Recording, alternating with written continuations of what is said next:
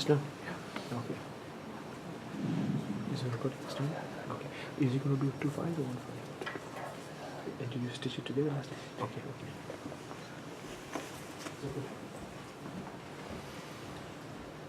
أعوذ بالله من الشيطان الرجيم بسم الله الرحمن الرحيم الحمد لله رب العالمين والصلاة والسلام على سيدنا ونبينا حبيب قلوبنا وطبيب نفوسنا وشفيع ذنوبنا أبي القاسم محمد بن عبد الله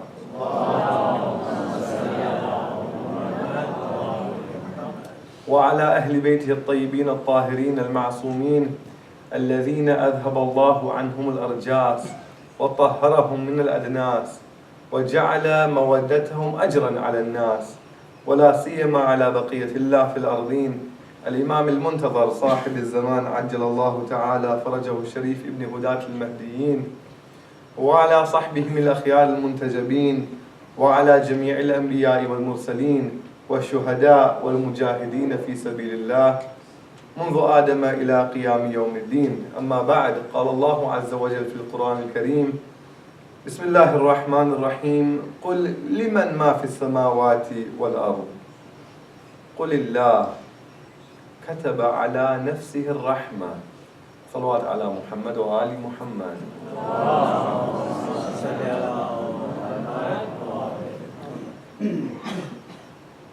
Continuing from the theme about which we had spoken yesterday,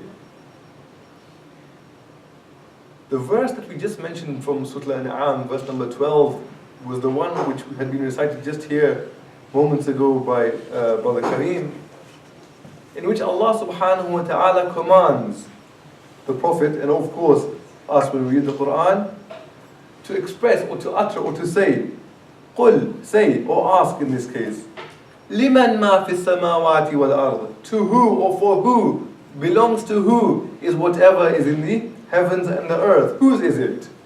And then the reply is given, قُلِ اللَّهِ, say it is Allah's. And then the verse says, كَتَبَ عَلَى نَفْسِهِ الرَّحْمَةِ, He has ordained upon Himself Rahmah. He has prescribed upon Himself. You know, in the Quran we have a command for fasting. The command for fasting, Allah subhanahu wa ta'ala says in these words, كُتِبَ عَلَيْكُمُ الصِّيَامِ, means it is written, it has been written upon you, which literally means that, but it means it has been prescribed for you. Here Allah uses the same words but for Himself. كَتَبَ عَلَى نَفْسِهِ, He has ordained upon Himself Rahmah. Of course, when fasting, we know as an obligation, we have to do it. If we don't do it, there are ramifications, all that stuff. Allah is not wajib on Him in this sense. What it means is that in His essence is to give Rahmah. In His very being is the overflow of Rahmah. What's it mean? Oh, by the way, here, just on an offshoot of the verse, notice He is saying that He has written upon Himself, or He has ordained for Himself Rahmah. It is part of His being to be Rahman and Rahim and to give Rahmah. He has not made it exclusive to Muslims or non-Muslims, or black or white or short or tall. This, when we want to make Allah our Allah and make salvation by Allah exclusive to me because I'm a Muslim and part of the Ahlul Bayt and it's for me, this is my silly understanding of Allah. Allah is not as narrow as I want Him to be. Allah is Allah of all. Allah's rahmah goes to all, and it is not exclusive for one group or another group. It is not a Muslim God. Allah, I am a Muslim means I should submit to Allah. Allah is not defined by a certain religion. This is my silly understanding of Him. This is Allah, who all religions are striving for Him, and He is of no religion. And all races and cultures are trying to understand Him, and He is of no culture. All colors are expressed by Him, and He is of no color. Both genders are trying to approximate him and he's of no gender. It is me who has made Allah exclusive to me, and the way I understand it, His rahmah should come to me. No, this is not Allah. This is not God. This is me and my insecurities, projecting them on God and then worshipping those insecurities. I'm worshipping myself, I'm not worshipping God. Allah is beyond this. But anyway, about rahmah. He has ordained upon Himself rahmah. Well, what does that mean anyway? The same surah, the same chapter in the Quran, Al-An'am, several verses later in verse 54, again He repeats in different words. He is commanding, وَإِذَا جَاءَكَ الَّذِينَ يُؤْمِنُونَ بِآيَاتِنَا. When those come to you who believe in our signs, then say to them, فَقُلْ سَلَامٌ عَلَيْكُمْ. Peace be upon you. كَتَبَ رَبُّكُمْ عَلَى نَفْسِهِ الرَّحْمَةِ. Your Lord has ordained upon Himself rahmah. So, Allah is telling us in the Quran that part of His essential being is this rahmah. And as we discussed yesterday, as we said, we continue from there, Allah, we discussed yesterday, markets Himself and portrays Himself primarily by this description of rahmah, as He says before every chapter in the Quran save one. 113 chapters He begins with Bismillahir Rahman Ar-Rahim. These names are, and we know of 99 names, these are His first two names, most repeated. Every prayer we start with Bismillah ar-Rahman ar-Rahim, Alhamdulillah Rabbil Alameen again, Ar-Rahman ar-Rahim again. Allah is concentrating on these names. Both of these names come from the attribute of Rahmah. This is what He wants to show of Himself. But what is Rahmah anyway? Yes, this is how He wants to portray Himself. But have we understood what it is? What is Rahmah? In fact, perhaps we have misunderstood. As we said yesterday, and I tried to avoid yesterday, of translating Rahmah, as is often used in textual translations, which is, how do we translate it normally as? Mercy. Rahman means merciful. Rahmah we understand as mercy. And again, even in the Quran, when Allah sends this verse, or this word in the Quran, about the Holy Prophet, how He sent him. Allah says about him, وَمَا أَرْسَلْنَاكَ. We have not sent you except إِلَّا رَحْمَةً لِلْعَالَمِينَ. And then we translate that as, except as a mercy for mankind. Again, Allah says in the Quran, for example, about that word, هُوَ الَّذِي أَرْسَلَ الرِّيَاحِ. It is He who sends forth gusts of wind. For what? Bushran, as glad tidings. بَيْنَ يَدَيْ رَحْمَتِهِ. Preceding His rahmah. Which means what? That the winds come, you can imagine, this Quran was revealed 1400 years ago in the Arabian Peninsula to Arabs who used to live under 40, 50 degrees Celsius heat. And then they feel in the desert the gust of wind coming. Means what's coming after that wind? Rainfall, which they used to look forward to. Allah says it is He who sends those gusts of wind, preceding His rahmah. And then the verses continue. وَأَنزَلَ مِنَ السَّمَاءِ مَاءً. And He makes descend from the skies water. Means this is rahmah. The rainfall is one instance of rahmah. But again, we translate it as mercy. Is it mercy? Is mercy correct as a translation? When we say mercy, or when we use the word mercy in English, what connotations does it have? It has a connotation of authority, being in authority, and then having pardon on someone lower who has done something wrong. For example, let's see how you might use the verse, or the word rather, of mercy. Well, I don't drive here, but back in London, or you guys driving here, and you decide you're getting late to come to the IMAN Center, program must have started, and you put your foot down a bit more, and then someone calls, and then you're on the phone, and you're traveling fast, and you're going lane weaving, this lane to that lane, to make sure you get to the center before the lecture starts, which you're looking forward to so much. And then you see the flashing lights behind you. You pull over, and the cop comes up to your window and knocks on the window. You say, you know you've been speeding. So he says license, insurance, like you your documents, and he's about to write you a ticket for speeding. You know you've been speeding. What do you say to him? Officer, I know I was speeding. Yeah, I've never done this before. Have some mercy. Okay. That means you know you've done something wrong. He's in a position to punish you about it. And this is when we invoke the word mercy. This is what mercy means. But is this what rahmah means? Or is this all the rahmah means? Oh, rahmah is far beyond this. Rahmah.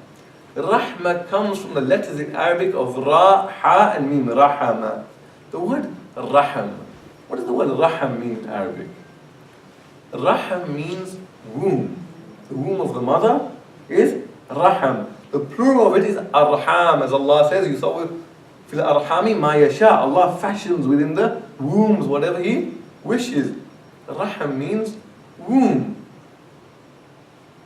That's why we have been told in Islam we should concentrate on silatul raham. Yes? Sila means connecting with or connection of the womb. Means you should connect with your relatives, those who you are related or linked to by the womb. Means your family relations. Don't cut off those relations. Keep that silatul raham. Keep that connection of the womb. Raham means womb. Why? Because the mother's womb is a place of rahmah. Really? Well, the mother is giving a rahmah there for the fetus. If I say it's mercy, and mercy has that connotation of wrongdoing and then punishability, and then removing that punishability or removing that punishment out of mercy, let me ask you, in that rahmah, what wrong has that fetus done to the mother that the mother should show mercy? It means the word rahmah is beyond this. What is rahmah? What is the rahmah? What is rahmah then?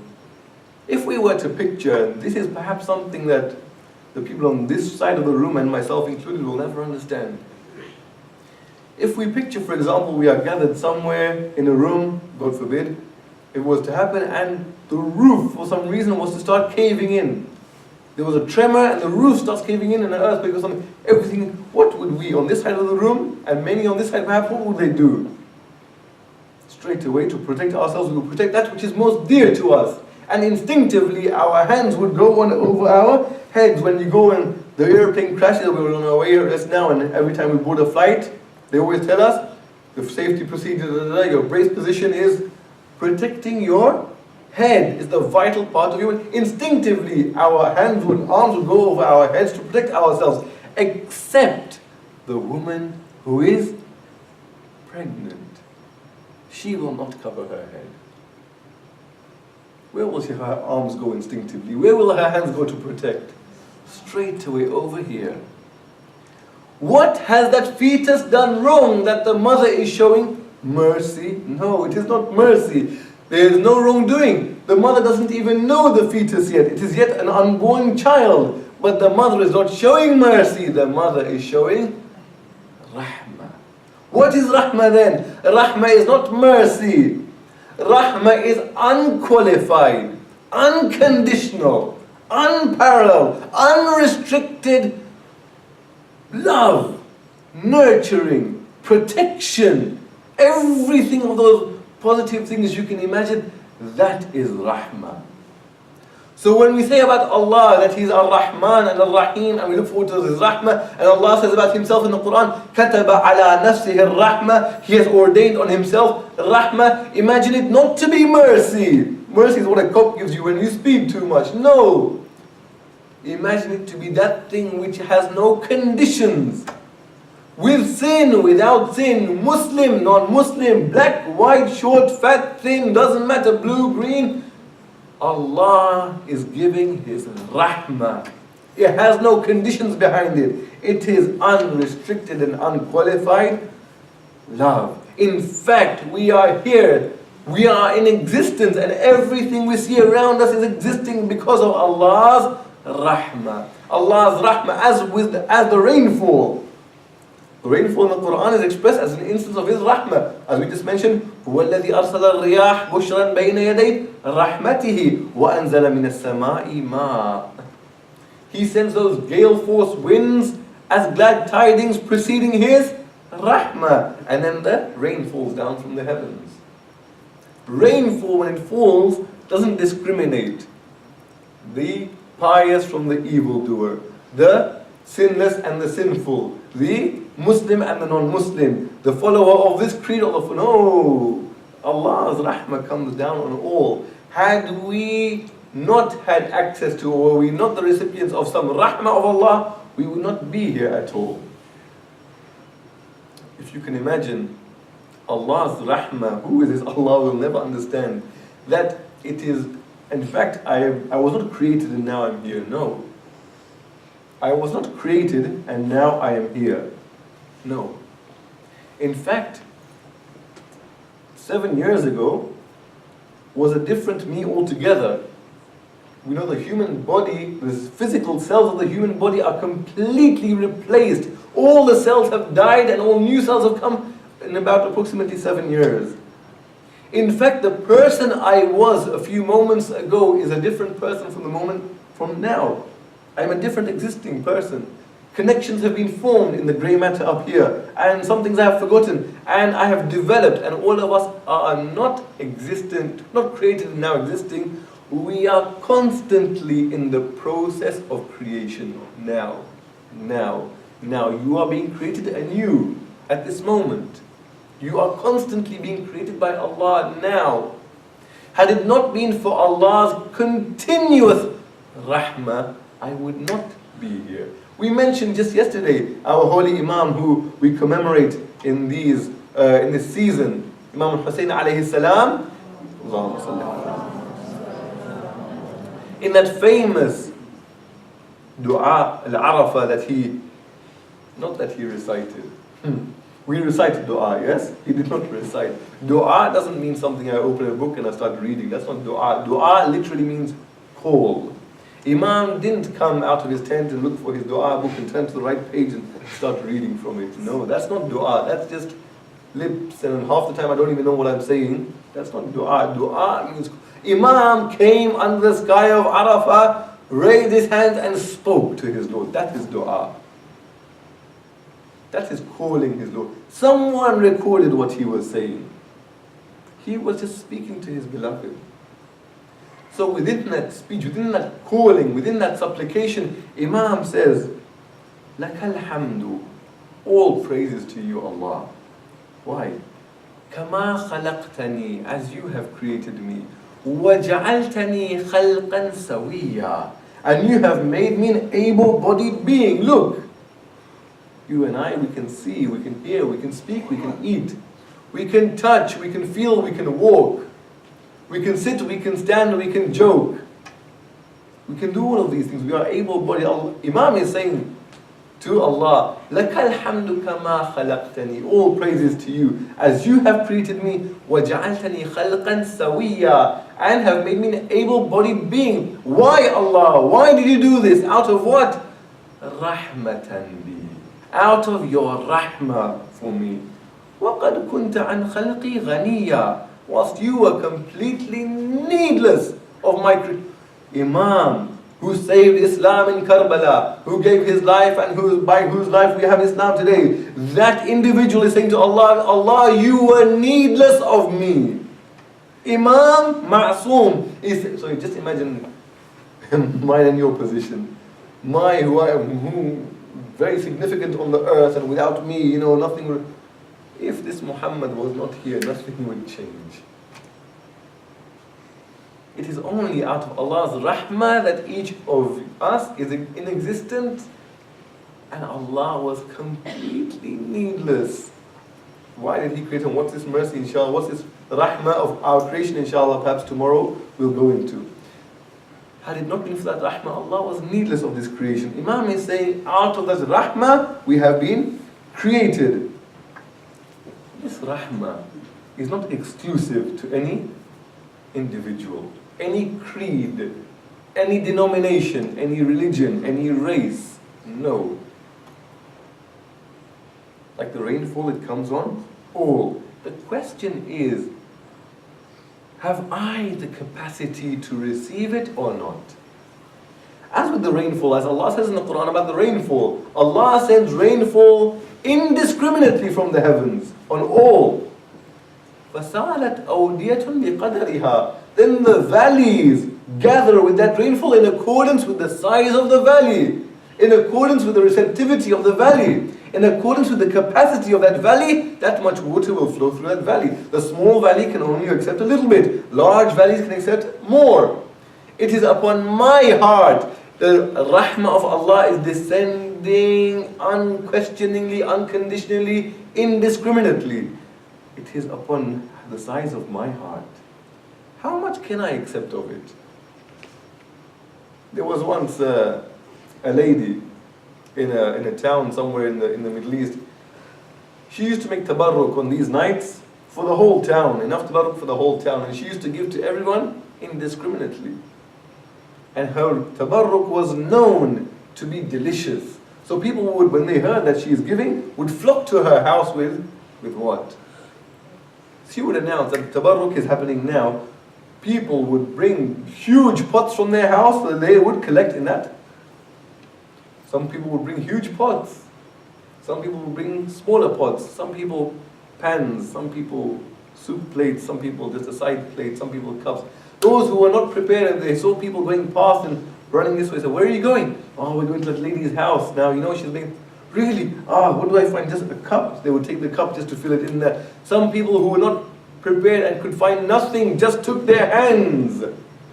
But the tabarruk was freshly made in the pot. When it came straight on the hands, could not accept it. Our hearts are this way. Those hearts which are prepared from before to accept the rahmah of Allah will accept more. Those hearts which come with small vessels will keep less. Those hearts which are ill prepared, the rahmah is coming. Will this heart accept it or not is a different question. It is the recognition of this rahmah, what it is, that I am in need of it, that I need to do something to get it, that I need to be a recipient of it, that I need to change something here that I can receive it.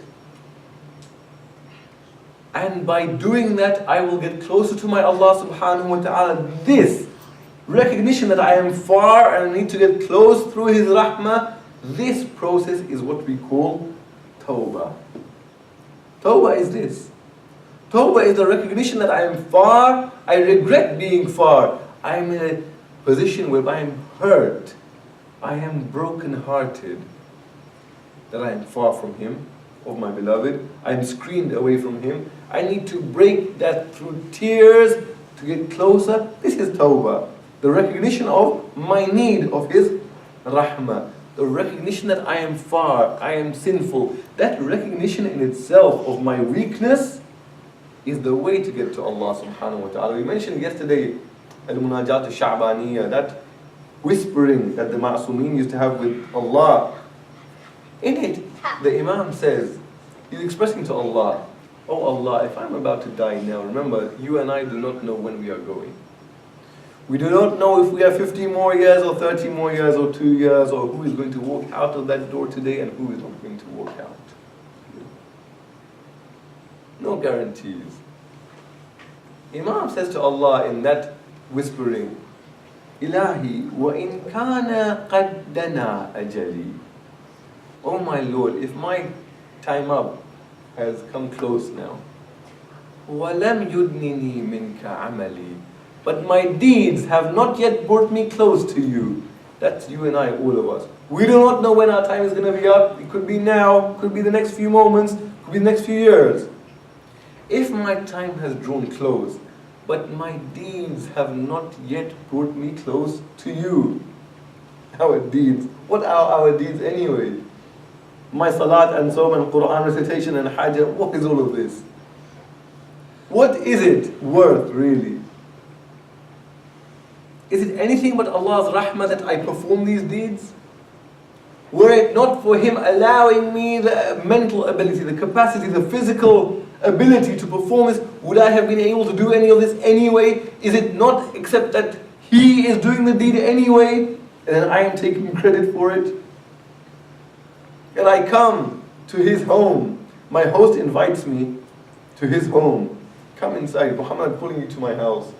And I go to his house. When I come up at the front door and I knock, and then I realize, you know what, for my host I should have brought something. How silly of me. I have come empty-handed.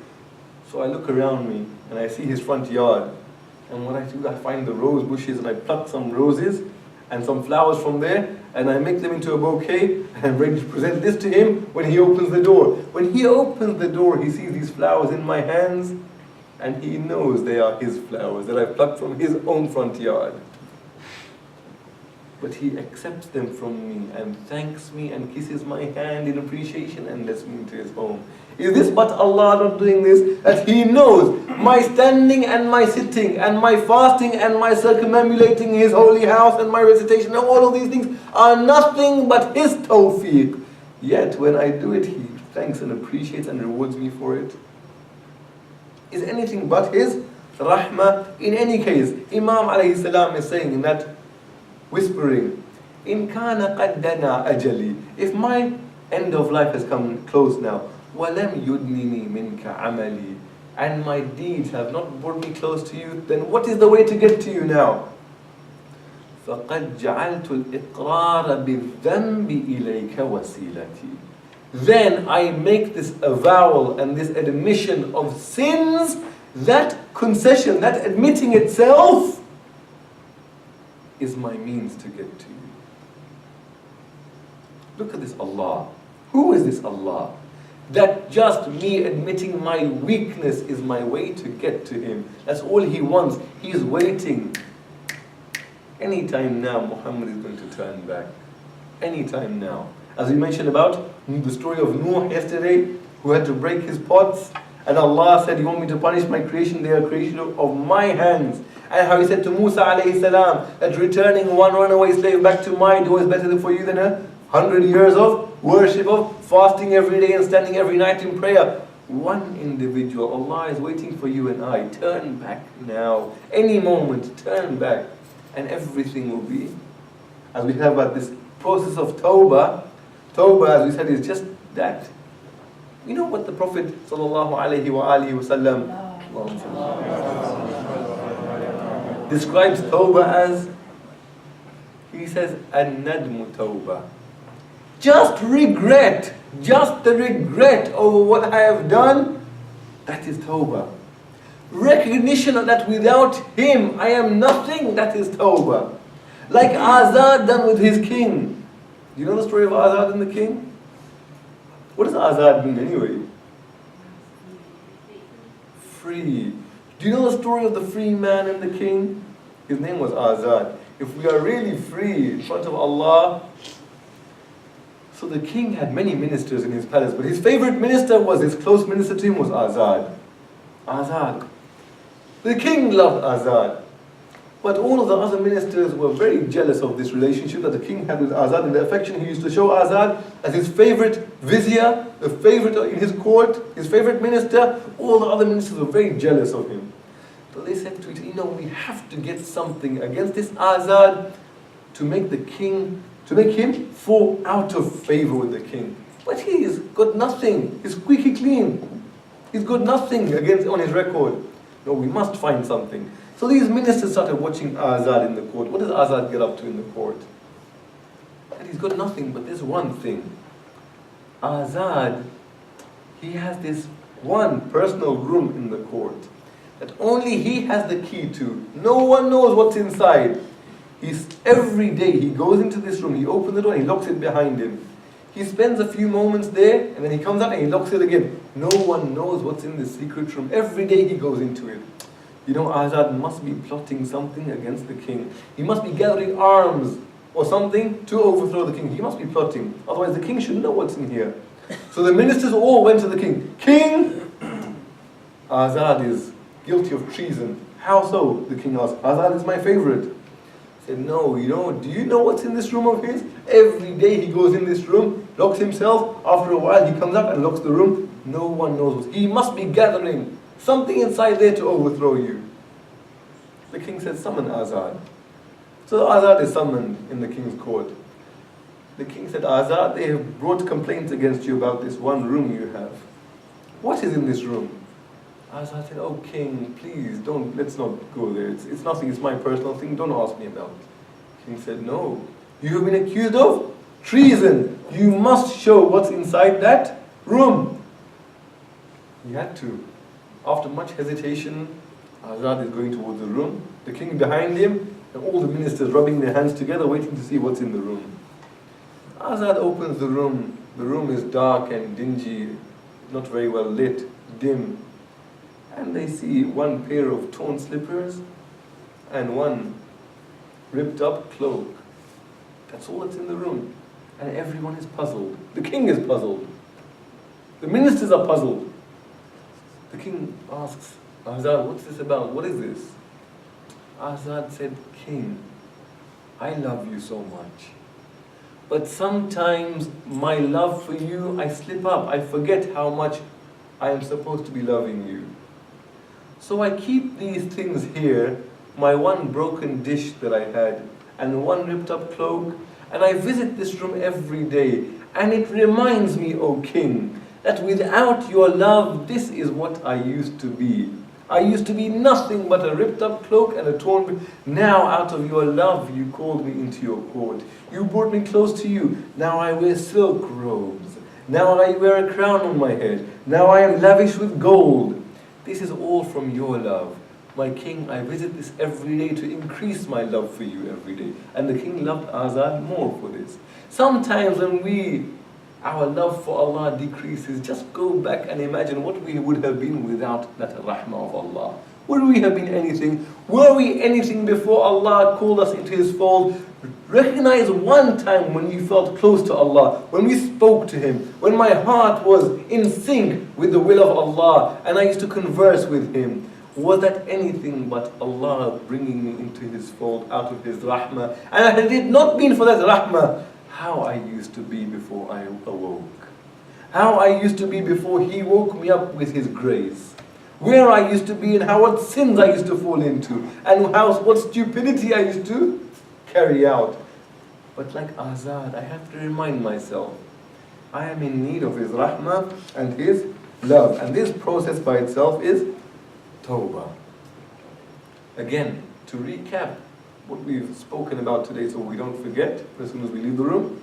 One, Allah has chosen to portray Himself primarily with the attribute of rahmah. As He mentions in all of the chapters of the Quran, and throughout the day we are encouraged to start everything with this attribute, Bismillahir Rahmanir Rahim. And what that rahmah is not mercy, as we often translate it. Mercy means something conditional on a wrongdoing. No, rahmah is something, as we mentioned, is unqualified, unrestricted, and overflowing love and nurturing and protection, like the mother would show for the fetus she is trying to protect. No, but far beyond this. Even that protection of the mother for her womb is an instance of rahmah, is an instance of rahmah from Allah. Allah's rahmah is far beyond even that. But number three, that overflow of His indiscriminate rahmah. Rahmah comes to all. How much I can take of it is dependent on how much space I keep in my heart for it, or how much I empty my heart of all else. But the rahmah of Allah, which is something else, that emptying of the heart is something else we will speak about in the coming nights, inshallah. And number four, that return back to Allah.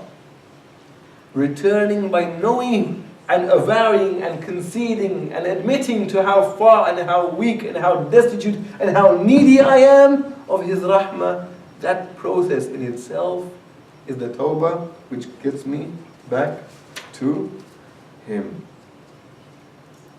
And those who love Allah most are recipients of His rahmah and going towards His rahmah. They don't have any inhibitions about death. You know, when someone passes away, we call that person marhum, so and so. What does the marhum mean? Oh, it means someone who passed away. Or literally, what does it mean? Marhum is a recipient of rahmah. Does that mean that after we pass away, we receive rahmah, we're now not receiving? Of course, right now we are only existent because of rahmah of Allah. But after passing away, that rahmah is magnified. If you think you have Allah's rahmah in this world, then Allah's rahmah in the next life is magnified. So those who recognize this, don't look at death the way we fear death and are anxious about death. They don't have any inhibitions in looking forward to death, knowing that this is the union for the lover going back to the beloved and having his rahmah. Now my Imam knew that soon he will be marching towards this rahmah, this special rahmah of the afterlife. That he goes to the shrine or the grave of his grandfather to bid that shrine farewell. That my grandfather, now the day you had prophesied is coming, and I am leaving Medina, leaving the homeland, leaving the city of his grandfather, leaving that home, leaving companions behind. But no one's heart was aching more than one young girl, Fatima al-Alila. That Fatima who was sick in Medina, begging her father, "Father, don't leave," because she knew what this final journey was going to mean. But he told her, "Fatima, I must go. This is Allah's command." She said, "Father, if you must go, does my brother Akbar have to come?" Imam replies to her, "I need the able-bodied with me to come into the battlefield to fight with me. The able-bodied men have to be there. This youth should be with me." She said, "Then Father, what about the 6-month-old baby? Surely the 6-month-old baby will not enter the battlefield. You can leave him behind." What did she know that even the 6-month-old baby will enter the battlefield? In Karbala, Imam leaves Medina and proceeds towards Mecca. You know, Mecca, he went for pilgrimage in that haram which Allah speaks about and says about it, وَمَنْ دَخَلَهُ كَانَ آمِنًا. Whoever enters this sanctuary is safe. Any human being entering that sanctuary is safe, except for the grandson of the Prophet. At that holy sanctuary, he had to escape from, because Yazid had sent his troops even there to assassinate him.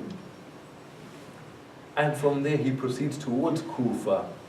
And he is diverted from Kufa away, and he heads towards Karbala. We'll speak about how he met Hur al-Riyahi and what happened in that incident in the coming nights. Eventually he ends up in a place and the horse stops, and the horse is refusing to move forward. Imam comes down from the horse. The ahadith tell us that he takes one handful of the sand and he smells it. He smells it and he says, "Yes. Ask the people here what this land is called." And the Banu Asad tribe who were living there were summoned and they were asked. The son of the Prophet is asking, "What is the name of this area?" And this area had more than 50 names. They began to list the names. They said, "This place is called Al-Qami." They said, "Yes." Imam said, "Yes, this is one of the names." "What other names does it have?" They said, "This is called Nainawa." He said, "Yes, but it has some other names." "What other names does it have?" And then eventually he was told, وَهِيَ أَرْضُ كَرْبٍ وَبَلَى. This land is the land known as land of karb, hardship, and bala, affliction. Imam said, "Yes." Smelling that sand again from the earth, he said, "This is the sand that my grandfather had predicted. Here we will come to an end." Hearing this, his sister Zainab begins weeping. "Oh my brother, this is like the day that my grandfather died, and like the day that my father Ali died, and like the day that my mother Fatima died. All of these people who are my family have died, and today you are announcing your death also." Imam commands Abbas. Abbas pitched the tent here. Abbas alayhi salam begins to pitch the tent, but the enemy forces had already gathered there. And one huge contingent comes forward and says, "Remove your tents from here," because Abbas had put the tents near the river of Furat. Move your tents from here, they should not be here, they should be distant from the river. Abbas is hanging on the hilt of his sword.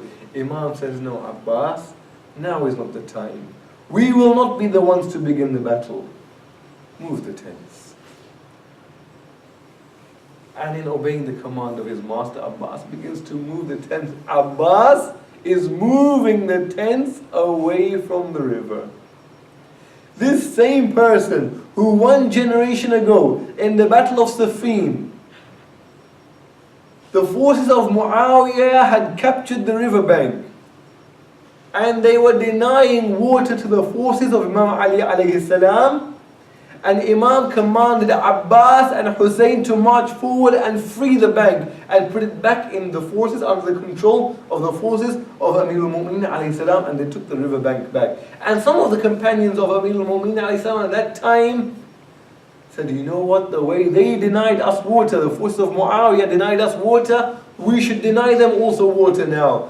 Amir al-Mu'mineen alayhi salam said, no, water is a human right. Anybody who wants access to the riverbank and to the river will have access to water. And Abbas with his hand was giving water to the enemy forces. This Abbas now is moving the tent away from the water. And we know what this means. That when that day came, the water will not reach the children of Hussein. The cries of Al-Atash and the burning of the heart will ring out from the tent of my Imam, but no water will reach those orphans. Only the alam will return back, but the alam carrier will not return. Ala la'natullahi ala al-qawm al-zalimeen.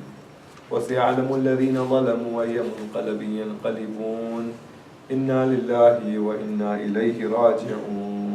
صلوات على محمد وآل محمد.